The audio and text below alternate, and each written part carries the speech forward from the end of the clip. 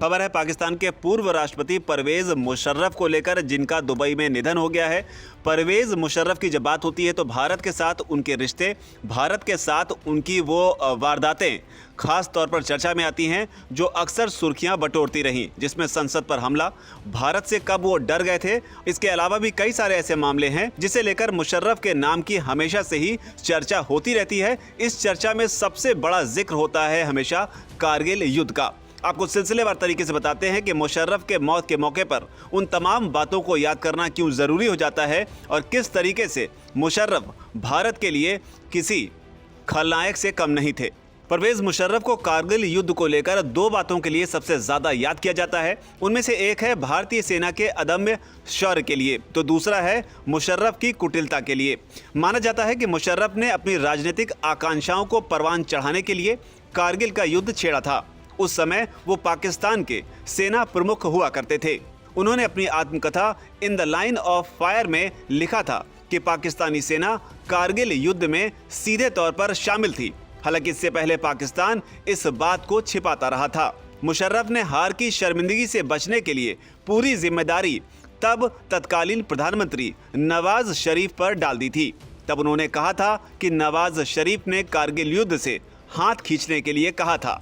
इसके अलावा मुशर्रफ के कार्यकाल में आगरा शिखर वार्ता भी काफी सुर्खियों में रही। जुलाई 2001 में भारत के तत्कालीन प्रधानमंत्री अटल बिहारी वाजपेयी और जबरन राष्ट्रपति के पद पर काबिज हुए मुशर्रफ की आगरा में मुलाकात हुई थी।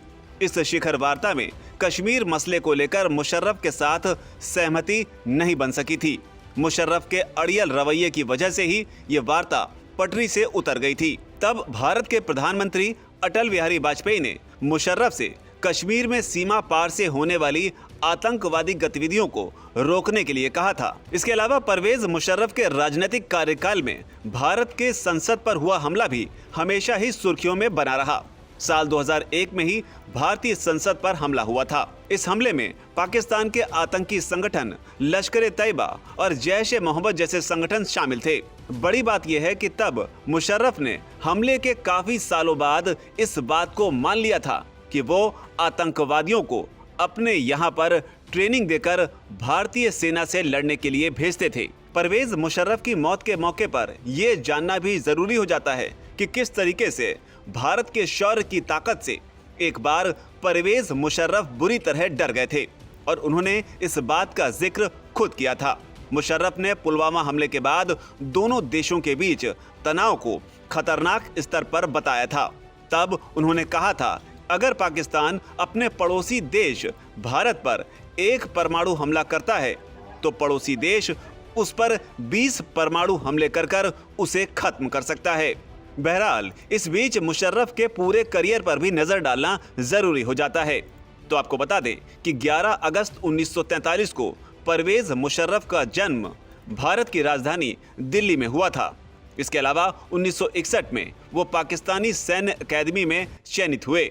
1998 में पाकिस्तान के सैन्य प्रमुख बनाए गए और 1999 में नवाज शरीफ को हटाकर वो पाकिस्तान की सत्ता पर काबिज हो गए, जबकि 2001 में सैन्य प्रमुख रहते उन्होंने स्वयं को राष्ट्रपति घोषित कर दिया।